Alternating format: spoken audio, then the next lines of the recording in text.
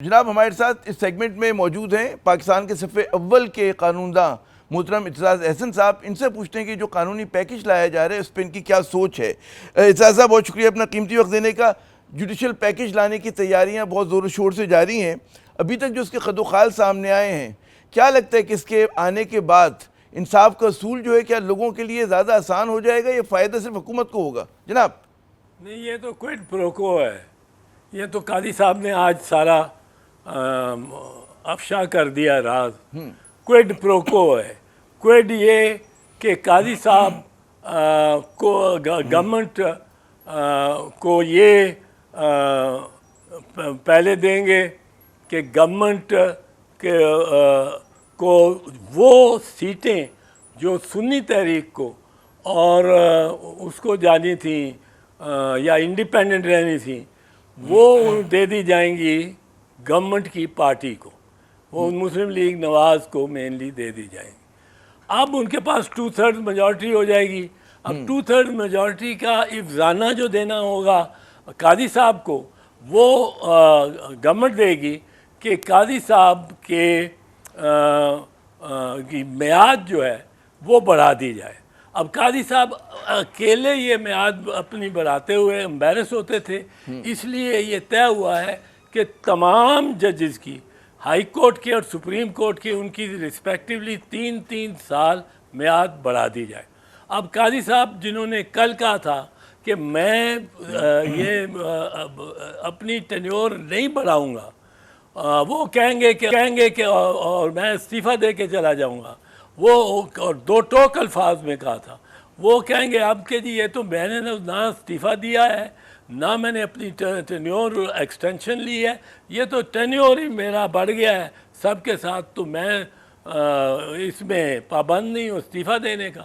وہ ٹینیور ہی بڑھ گیا. اچھا یہ بتائیے اور صاحب, پھر اب دیکھیں ایک منٹ, نہیں یہ تو یہ ہو گیا نا ایک طرف سے, پھر دوسری طرف سے اب پھر جب قاضی صاحب کا ٹینیور بڑھے گا تو قاضی صاحب نے بھی کچھ دینا ہے. وہ دینا ہے کہ قاضی صاحب اس کے بعد بینچز میں اور فیوریبل ججمنٹس کا دیں گے. پر پھر گورنمنٹ ان کے لیے کیا کرے گی کہ گورنمنٹ پھر کوئڈ پرو کو جب آئے گا وہ یہ آئے گا کہ ججز کی تعداد بائی لا بڑھا دی جائے گی, کیونکہ اس کے لیے کانسٹیٹیوشنل امینڈمنٹ کی یقیناً ضرورت نہیں ہے. وہ پارلیمنٹ, ایکٹ آف پارلیمنٹ سے کر سکتی ہے. یہ متنازع ہے کہ کیا پریزیڈنٹ صاحب خود ہی کر سکتے ہیں کہ نہیں, پر وہ بھی جب جائے گا تو وہ قاضی صاحب ول ٹیک کیئر آف اٹ. اچھا مجھے یہ بتائیے کہ یہ جو ریٹائرمنٹ کی ایج میں اضافہ ہے, عمر میں اضافہ ہے, یہ کانسٹیٹیوشنل امینڈمنٹ ہوگی اس کے لیے یا یہ بھی ایکٹ آف پارلیمنٹ ہو جائے گی, ذیلی قسم کی قانون سازی ہو جائے گی؟ نہیں, یہ کانسٹیٹیوشنل امینڈمنٹ ہوگی. تو حکومت کے پاس جو ہر ہائی کورٹ کے جج کے لیے یہ ہو جائے گی 62 سے 65 سال, اور ہر جو سپریم کورٹ کا جج ہے وہ 65 سے 68 پہ ریٹائر ہوگا. 3 سال مل جائے. اچھا اعزاز صاحب, آپ کا اتنا تجربہ, آپ کا لاء کا قانون کے میدان میں اتنا تجربہ ہے, میدان سیاست کا تجربہ ہے. ہم نے سنا تھا کہ قانون سازی ہوتی لارج پبلک انٹرسٹ میں, وہ مخصوص سیاسی اہداف حاصل کرنے کے لیے نہیں ہوتی, اور وہ اس لیے نہیں ہوتی کہ کوئی کہتے ہیں نا کہ کسی کو ذاتی طور پہ فائدہ ہو. تو جب اس طرح کی قانون سازی جیسے کہ آپ فرما رہے ہیں ہو رہی ہے, نتیجہ کیا ہوگا ہماری سیاست پر, ہمارے نظام انصاف پر؟ نتیجہ کیا ہوگا اس کا, کیا اثرات ہوں گے, اور کیا تضادات بڑھیں گے, محاذ بڑھے گی, اور کیا باقی ججز اس کو قبول کر لیں گے اس طرح کی بات کو؟ جی یہ تو توقع کرتے ہیں کہ سب ججوں کو اگر سب کو مل کے رشوت دی جائے تو سارے لے لیں گے. کوئی ایک دو علیحدہ کر کے کسی کو دیں گے تو وہ نہیں لے گا. یہ ایک شہباز شریف کی جانب سے ایک رشوت کا طریقہ ہے کہ آپ کو ہم 3 سال دے دیتے ہیں, پھر آپ اچھے بچے بن کے ہمارے ساتھ چلے گئے. یہ جو جنرل پرویز مشرف نے بھی سن 2002 میں کیا تھا جب اس نے کانسٹیٹیوشن کو ریوائیو کیا تھا.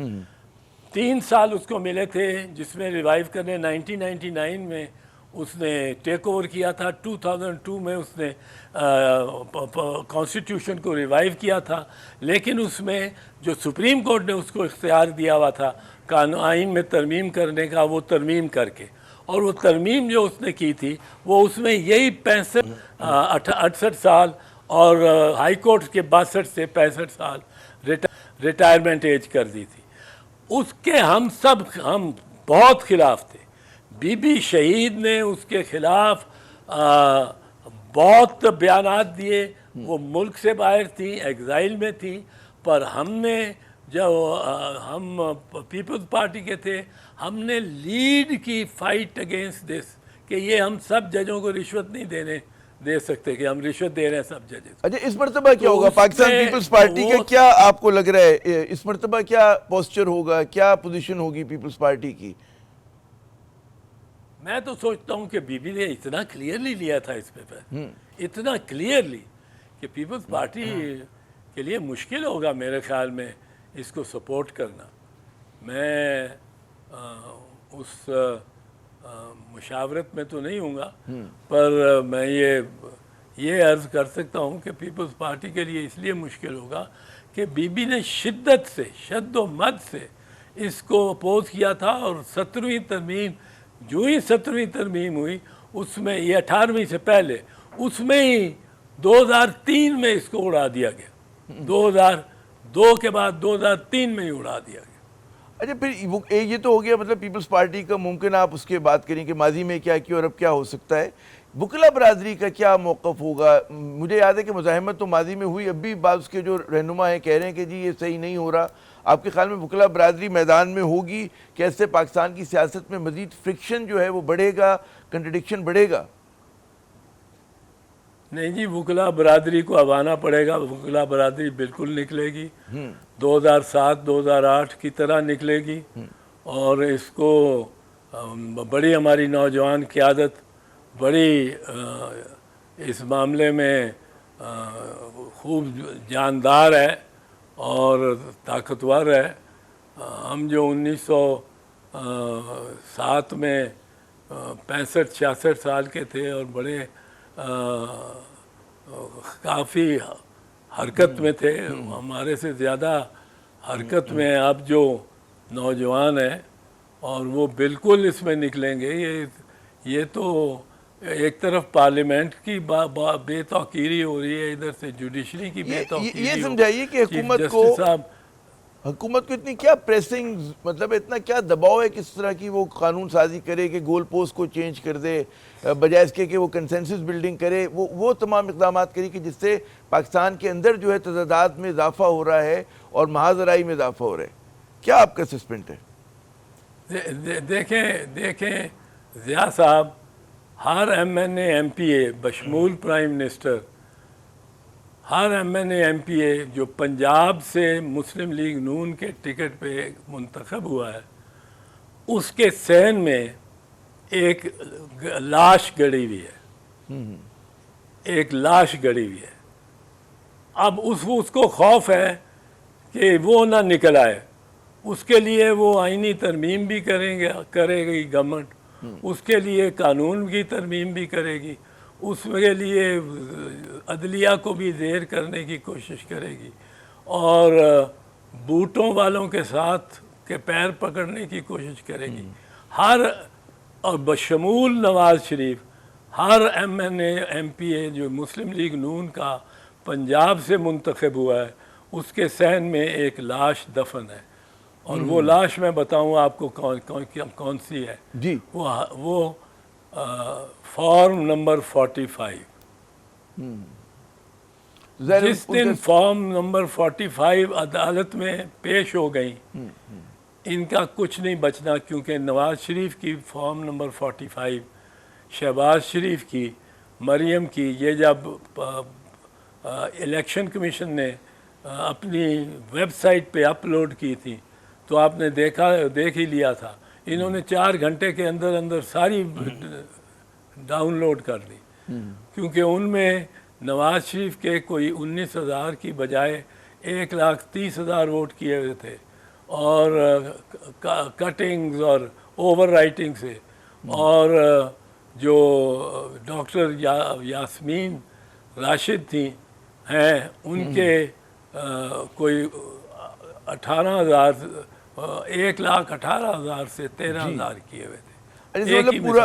پوری سیاست داؤ پہ لگی ہے بہت سارے نون لیگ کے رہنماؤں کی. یہ بتائیے ایک اور بڑا اہم نقطہ یہ ہے کہ جی اس وقت خیبر پختونخوا اسمبلی کی جو ہے اس کے سینیٹر منتخب نہیں ہوئے اور ایوان جو ہے نامکمل ہے.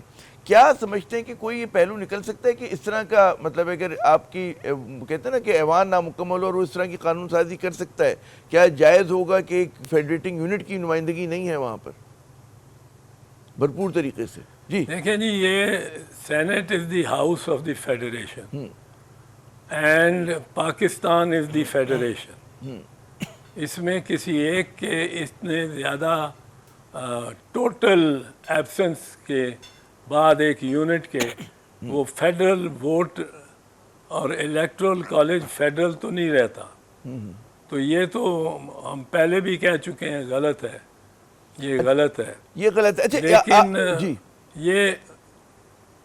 یہ ان کے بل بوتے پہ جن کو لیے 9 مئی ایک بہت ان کے لیے ایسا دن ہے جس دن سب کچھ ملیا میٹ ہو جائے گا, جس دن اس کا فیصلہ ہوگا, سب کچھ جو سب دہشت گردوں کو سزائیں ہو جائیں گی.